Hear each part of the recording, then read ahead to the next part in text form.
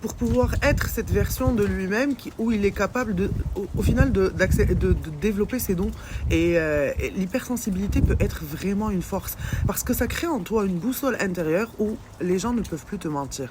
Parce que pour la simple raison, à ce que la personne, elle va venir par exemple, je te donne un exemple très con. Tu es dans une date, ok? La personne, elle vient, elle projette de quoi? Elle essaie de montrer que cette personne, elle en vaut la peine, vas-y, j'ai du cash, j'ai du truc. Mais au final, vu que toi, tu reçois les informations d'une certaine façon, tu sais exactement que cette personne, elle n'a pas confiance en elle, par exemple. Tu sais exactement que cette personne, au fait, elle projette soi-disant, cette estime d'elle-même, mais qui est fausse, tout simplement, parce que tu arrives à ressentir la vraie vibe à l'intérieur. Tu sais que cette personne, par exemple, si elle te ment, tu le sais exactement, parce que tu le vois, tu le perçois de ta manière.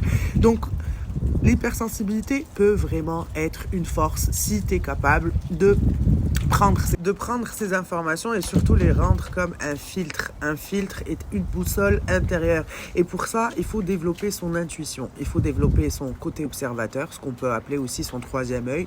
Et on est capable, au fait, de filtrer des choses dont au début on se dit ouais, je sais pas, j'ai le doute, je sais pas, je me fais des idées, mais au final non. Le plus que tu avances, le plus que ton intuition elle est perçante, elle est pertinente et elle est pointilleuse.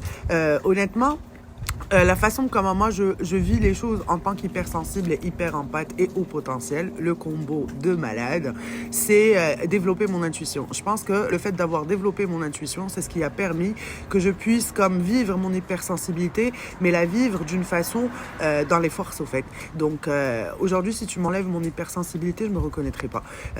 Si je l'avais pas, je me sentirais comme désalignée. Donc toi aussi, tu peux le faire tout simplement. Et le plus important, c'est aller chercher de l'aide aussi. Tu sais, on a tous notre propre limite, on a tous nos propres boîtes d'outils, mais on peut avoir aussi les outils des autres.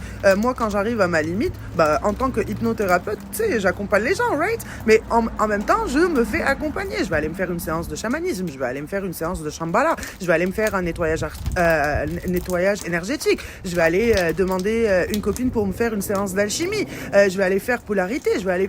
Anyway, chacun, il y a quelque chose une thérapie qui va venir comme le chercher à quelque part et qui va venir dans le processus où il est arrivé dans son cheminement pour pouvoir comme nettoyer, intégrer, transcender encore une fois. Donc c'est important d'aller demander de l'aide à un moment. C'est courageux, c'est pas une faiblesse de demander de l'aide, mais plutôt c'est du courage. Pourquoi? Parce que tu viens chercher des outils d'une autre personne pour pouvoir t'apporter à toi et pour que toi tu puisses avancer. Donc reprends ton pouvoir, honnêtement. Arrêtez de vivre l'hypersensibilité